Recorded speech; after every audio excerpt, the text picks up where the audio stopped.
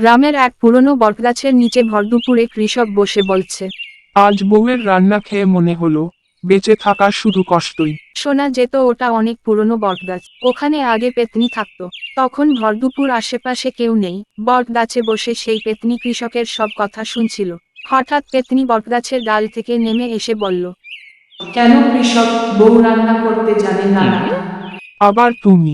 না, জানে, তবে মশলা বোঝে না। সব খাবারই পানসে। আহা, ঠিক আছে, আজ আমি তোর বউকে রান্না শিখিয়ে দেব। তুমি পেত্নী হয়ে রান্না শিখাবে? তো কি হয়েছে, পেত্নীরা ভালো রাঁধুনি হয় জানিস না? আচ্ছা, কাল রাতে আমাকে ডেকে নিস, আমি তোর বউকে সেরা পেত্নী রেসিপি শিখিয়ে দেব। ঠিক আছে, কাল রাতেই তোমাকে নিয়ে আসব। তবে শর্ত আছে, তুমি রান্না শিখিয়ে দিয়ে আমার ফসল আর চুরি করবে না।